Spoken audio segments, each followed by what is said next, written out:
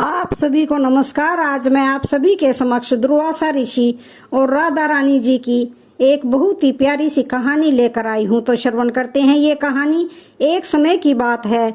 श्री दुर्वासा ऋषि जी बरसाने में आए हुए थे।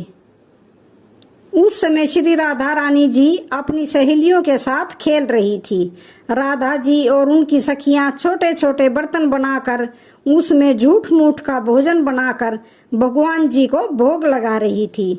श्री राधा रानी जी और उनकी सहेलियां ये सब कर ही रही थी कि अचानक से ऋषि दुर्वासा जी वहां पर आ पहुंचे। ऋषि दुर्वासा को देखकर श्री राधा रानी जी और उनकी सहेलियां ऋषि जी के सम्मान में उठ खड़ी हुई और उनको सादर प्रणाम किया और बड़े ही सरल भाव से उनका स्वागत करते हुए उनको बैठने को कहा।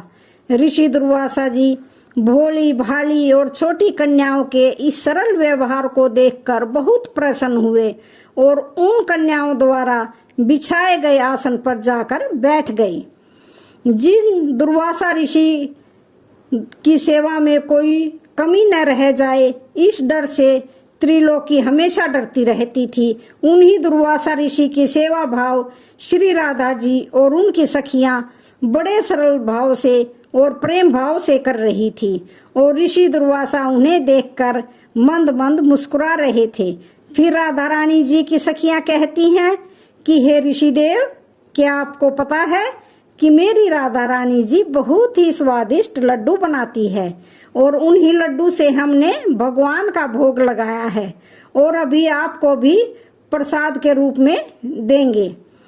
उसके बाद श्री राधा रानी जी की सखियां जाकर राधा जी के हाथों से बने हुए लड्डू का प्रसाद तो लाती हैं, परंतु वह लड्डू व्रजराज का बना हुआ था। खेल खेल में बना हुआ झूठ मूठ का लड्डू था। ये देखकर ऋषि दुर्वासा और उनके भोलेपन से बहुत ही अभिभूत हो जाते हैं और हंसने लगते हैं और हंसकर बोलते हैं कि हे प्यारी देवियों, अब क्या मैं ये प्रसाद ग्रहण कर लूं?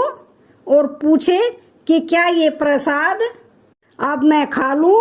सखियां एक साथ ही और एक ही स्वर में कहती हैं कि हाँ ऋषिदेव, ये हमारी श्री प्यारी राधा रानी जी ने ही बनाया है और हमें आशा है कि आज तक आपने ऐसा लड्डू नहीं खाया होगा। उसके बाद ऋषि दुर्वासा जैसे ही उस झूठ मूठ के लड्डू को प्रसन्नता पूर्वक अपने मुख में डालते हैं, वैसे ही ऋषि पूरी तरह से आश्चर्यचकित रह जाते हैं, क्योंकि एक तो उस लड्डू में ब्रजरज का स्वाद था और ऊपर से उसको स्वयं श्री राधा रानी जी ने अपने हाथों से बनाया था।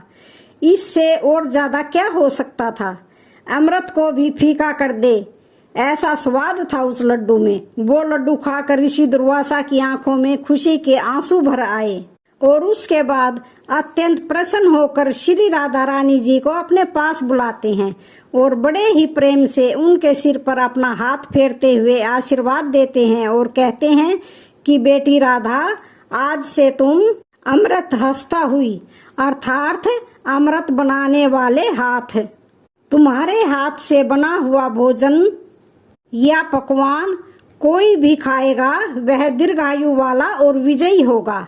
ऋषि दुर्वासा जी धन्य हैं जिनके आशीर्वाद ने श्री कृष्ण और राधा रानी जी की अत्यंत मनमोहक लीला के लिए एक मार्ग दिखाया। तो आज की वीडियो का यहीं पर समापन होता है। वीडियो अच्छी लगे तो चैनल को लाइक शेयर सब्सक्राइब जरूर करें। धन्यवाद।